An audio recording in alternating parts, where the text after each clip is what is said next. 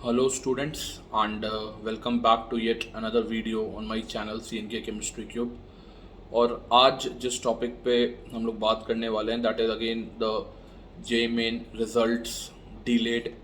जे mains का result delay हुआ है क्योंकि उनके पास एक कोई भी प्रॉपर, अगर हम लोग बात करें तो कोई भी प्रॉपर मैकेनिज़्म नहीं डेवलप हो पा रहा है कि किन किन बच्चों को हम लोग स्पैम की कैटेगरी में डालें।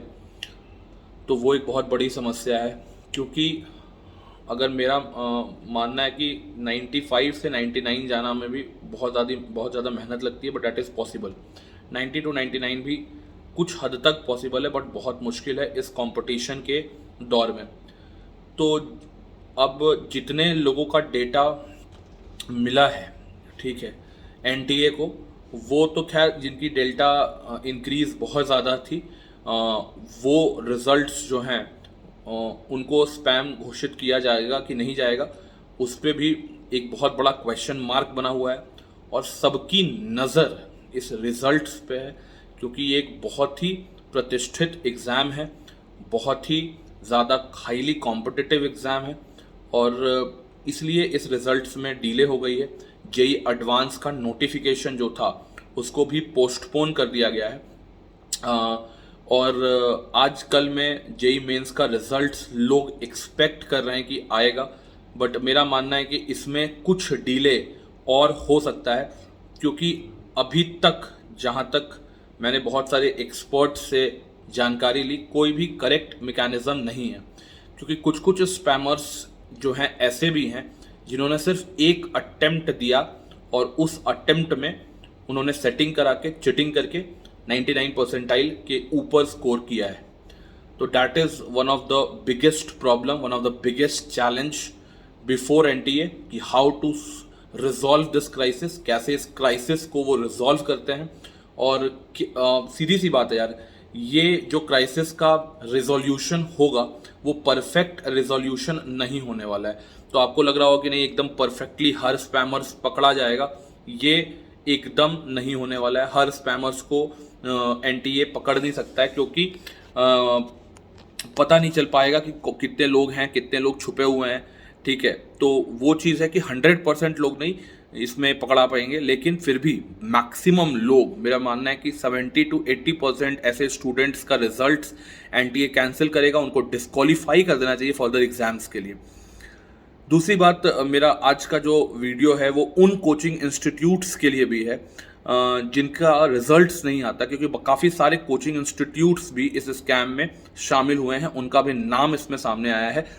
तो अगर आपका रिजल्ट्स नहीं आता यार तो आप मेहनत करो, ठीक है। 1 साल में नहीं आता है, 2 साल में नहीं आता, रिजल्ट्स लाने के लिए मेहनत करना पड़ता है, स्टूडेंट्स पे मेहनत करनी पड़ती है, ठीक है। आप रिजल्ट्स खरीदते हो। आज के डेट में मैं कोचिंग का नाम लेने ना चाहूँगा कि लेकिन जितनी भी बड़ी कोचिंग है इस कंट्री की, जितनी भी बड़ी कोचिंग है, सो कॉल्ड जो बड़ी कोचिंग है, वो रिजल्ट्स खरीदती हैं, रिजल्ट धड़ल्ले से बिकती है।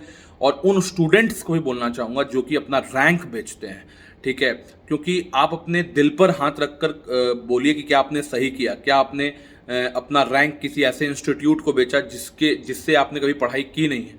तो आपने सिर्फ 10, 12, 15, 20 लाख रुपए के लिए कितने गरीब स्टूडेंट्स को के साथ गलत किया है।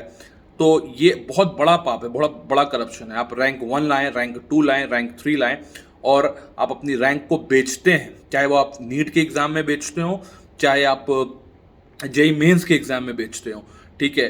तो ये उन स्टूडेंट्स की भी गलती है, उनके पेरेंट्स की भी गलती है कि वो कुछ पैसों के लिए अपना ईमान बेच देते हैं।